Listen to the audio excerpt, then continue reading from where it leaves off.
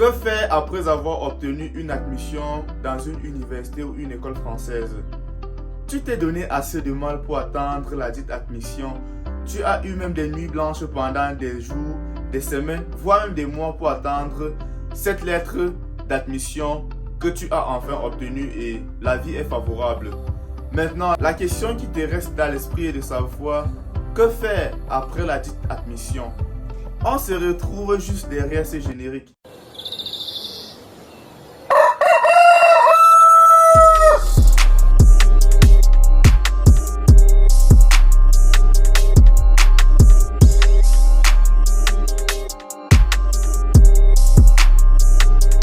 Reste surtout jusqu'à la fin de cette vidéo et surtout n'oublie pas de t'abonner, de liker et d'activer la cloche de notification pour ne pas manquer nos prochaines vidéos concernant les voyages d'études, les prises en charge, les familles d'accueil ainsi que les recherches de logements pour les étudiants à mobilité.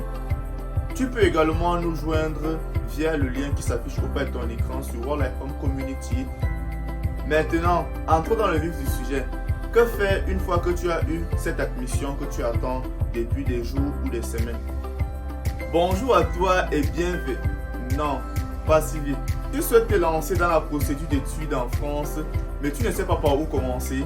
Détends-toi. Obtiens une évaluation efficace de ton projet d'études dès maintenant. Pour commencer, assure-toi d'avoir ton pass privé préliminaire pour faire passer ton dossier au peigne fin et découvre tes chances d'obtention d'une admission ou bien d'un visa d'études juste en un claquement du doigt. Alors, si tu es intéressé par ce pass privé préliminaire qui te permettra de discuter avec nos experts et d'avoir une analyse minutieuse de ton projet d'études, rejoins-nous maintenant sur World Life Home Community ou bien mets juste en commentaire yes et je te dirai quoi faire par la suite.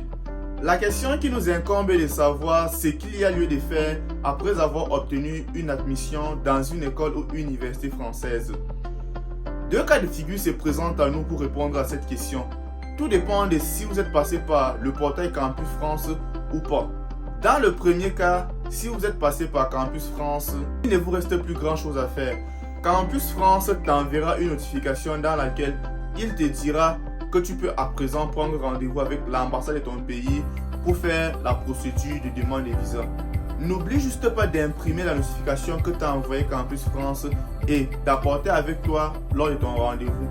Cela prouvera que tu es passé par Campus France pour faire ta procédure. Maintenant, en ce qui concerne la prise de rendez-vous à l'ambassade pour la suite de ta procédure, cela est variable en fonction d'un pays à un autre. Prenons le cas du Cameroun par exemple. Les rendez-vous se passent chaque jour. Les étudiants sont reçus tous les jours jusqu'à 12 heures. Donc ces derniers n'ont plus besoin de prendre rendez-vous avec l'ambassade. Et concernant notre pays, je te conseille de te rendre sur le site officiel de l'ambassade de ton pays, puis les appeler pour en savoir plus sur les démarches à entamer après ton admission. Une fois que tu auras un chrono pour ton rendez-vous ou bien ton entretien, pense déjà à télécharger la liste des documents à fournir pour la demande de visa. À cet effet, si tu as besoin que je te fasse une vidéo sur la liste des documents à fournir pour une demande de visa en 2024, mets en commentaire et la prochaine vidéo sera pour toi. Et après, commence à préparer ton entretien. Mais pas de panique. Je ferai une vidéo dans laquelle je te présenterai les pièges à éviter pour pouvoir passer ton entretien avec brio. Ce que je te demande en retour, c'est juste un like et un partage. Maintenant, passons au deuxième cas. Ce deuxième cas, c'est où tu as eu une admission sans toutefois passer par Campus France. Dans cette éventualité, tu dois impérativement te rendre à Campus France pour prendre un rendez-vous avec eux. Pense surtout à bien créer ton compte Campus France sur le site de ton pays. Une fois que ton rendez-vous est confirmé, pense déjà à bien préparer ton entretien.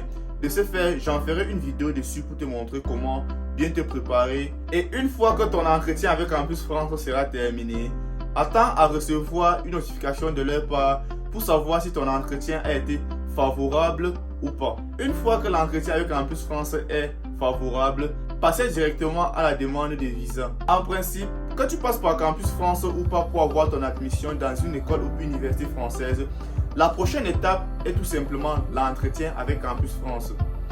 La seule différence qu'il y a entre passer par Campus France et ne pas passer par Campus France est que celui qui passe par Campus France pour avoir son admission, ses dossiers se trouvent déjà chez ces derniers.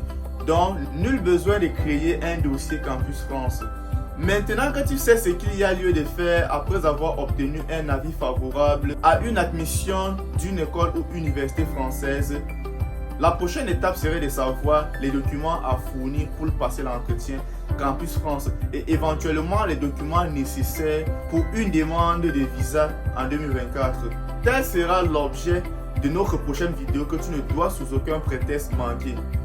De ce fait, je t'invite encore une fois de plus à t'abonner, de liker et d'activer la cloche de notification. Et si tu n'as pas encore fait, pense à prendre ton pass privé préliminaire, faire analyser ton dossier d'études et ton projet d'études par nos experts ou bien à visiter notre plateforme World Life Home Community via le lien qui s'affiche au bas de ton écran.